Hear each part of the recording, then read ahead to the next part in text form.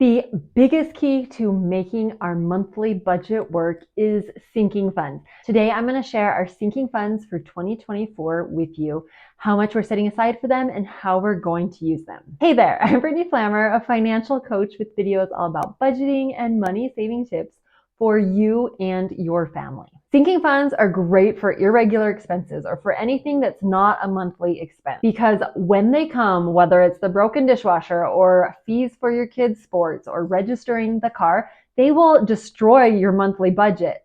So I like to set money aside each month so that when these expenses come, we've got money set aside for them. Here are our personal sinking funds. You don't have to have this many. You don't have to have exactly what we have. I'm just sharing what works for us. The most important fund to have is an emergency fund. Experts recommend 3 to 6 months of money set aside. We have this, and so we are not adding anything to this. But if you don't have this, this would probably be the first one that you should think about. House maintenance. This is our fund to basically replace anything around a house that breaks or keep things running. If you have a house, you know there are just a lot of miscellaneous expenses with your house. For us, the largest ones come in the spring and summer with our yard. We have a sprinkler system that always has something that's broken or needs repairing. We have treatments for our lawn, planting our garden, feeding our chickens is year round, but just maintaining the house. So we are setting aside $125 per month. And then in the fall, we'll move that up to $175 per month. The way I figure out how much we can afford is I look at our annual budget. I've got a video showing you how I do that. I'll have it playing right up here at the end or in the description box. There will be a link. But I look at our budget for the whole year to figure out what we can afford. Next sinking fund for us is our vacation, and this is a fun one. We are putting $150 a month, and then in the fall, we'll be adding that, increasing that to $225 months. So we'll have just over $2,000 in our vacation sinking fund for the year. This will cover our spring break, a trip over spring break, as well as a trip in the summer. This means we will probably be tentatively maybe driving down to San Diego or going across the border to Mexico so our kids can try some Spanish, spend a day at the beach, a day or two at the beach. And we can drive there, so it's a lot cheaper. So we could afford to do that. We also have talked about going up north to Glacier Lakes and going up into Canada and doing some camping over the summer. So we don't know for sure that that's what we'll do. These are tentative, but with the $2,000, we have enough to cover those. House updates is another major fund for us. If you own a home, you know that there is always something you want to fix or update in it. We are no different. I have a long list of projects I'd like to do, but currently we're working on our garage. We're adding a garage, and we thought we had enough set aside to pay for all of it, but of course things were more expensive than we planned. So we are still working on it. The structure is completely built. We're currently paying someone to put the brick up, and then we've got to do like gutters and siding and then finish the inside.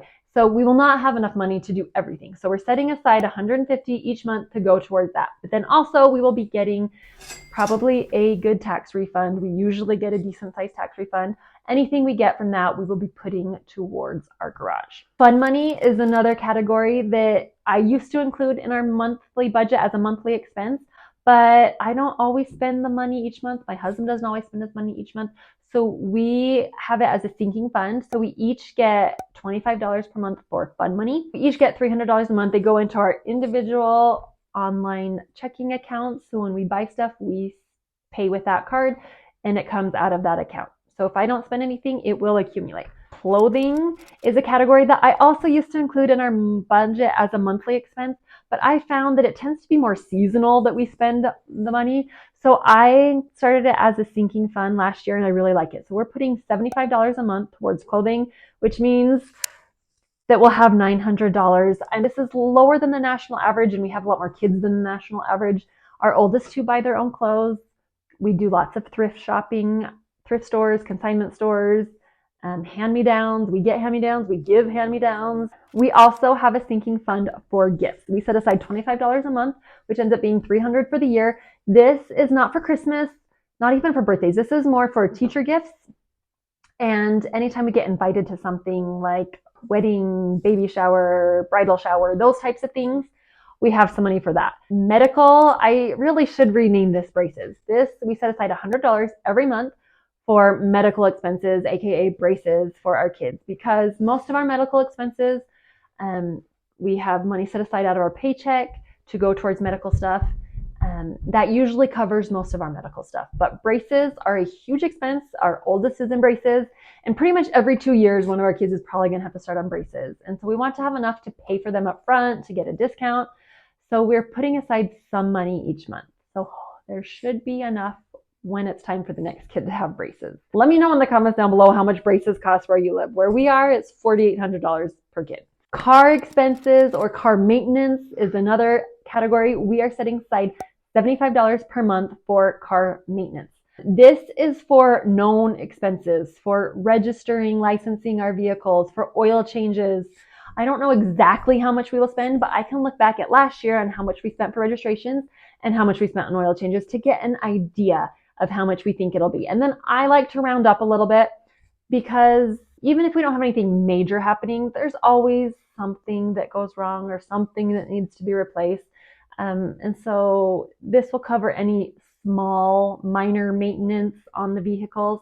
If we have something large coming up, then we would adjust this. But we don't know of anything large coming up. And then if we got in an accident or something major came up, we would use our emergency fund to cover this. I should add that I like to keep all of our sinking funds in online savings accounts, because this way they're earning interest. I transfer them out of our checking accounts. I'm not tempted to spend it, and they're earning some interest. I have a video with my favorite online savings account. I'll put a link to that in the description box down below. And every year I come out with the new video. So I'll be coming out with a new one in January. Christmas comes around once a year, every December 25th, and we spend a lot of money for Christmas. So we are setting aside $50 every month to go towards Christmas. And that will give us $600, which is not quite enough, but we also get cash back on our credit cards. We let that cash back accrue for the entire year, and then in December, we'll cash it in and use that for our Christmas. So we'll probably end up having between $1,000 to $1,200 is my guess, which should be enough to cover all of our gifts, as well as if we do take family photos and send out Christmas cards, things like that. And then this is probably the next, seems like the biggest expense we've had lately, is kids' extracurriculars. Anything that our kids do that is monthly, like piano or preschool, we include in our monthly budget. But majority of what our kids do, their extracurriculars, aren't monthly. At least for us, that's how it is. High school is once a year, club volleyball is once a year, our son's club soccer is twice a year. So I like to have a sinking fund for this. We put money every single month so it doesn't mess up our monthly budget. And then whenever we have one of those expenses, we use the money for that. So we are setting aside $175 each month, which will give us just over $2,000. Also, investments would be considered a sinking fund, technically. We are investing $800 a month into Roth IRAs, $400 for me, $400 for my husband. So this ends up being $9,600 for the year into Roth IRAs. This we won't touch, won't use till we're retired. We're also going to be investing, we think about $100 per month into mutual funds. My husband's several years older than me, so when he retires, I won't be retirement age. So the mutual funds will bridge the gap between whenever we retire and when we can withdraw retirement stuff. But also, we've talked about investment properties. My husband does lots of maintenance. So this stuff for mutual funds that we invest, we might use in 10 or 15 years to buy an investment property, which would then give us some passive income during retirement. So we're not sure. With the mutual funds, we have a little bit more freedom to use how we want, but we're planning on $1,200 for the whole year, which isn't a huge amount, but it's better than nothing. I use our annual budget to figure out all of these numbers for our sinking funds. You can see my video right up there showing you how I use an annual budget. Otherwise, make sure you're subscribed, hit the bell so you get notified when I upload new videos. Thanks so much for watching. See you in the next video.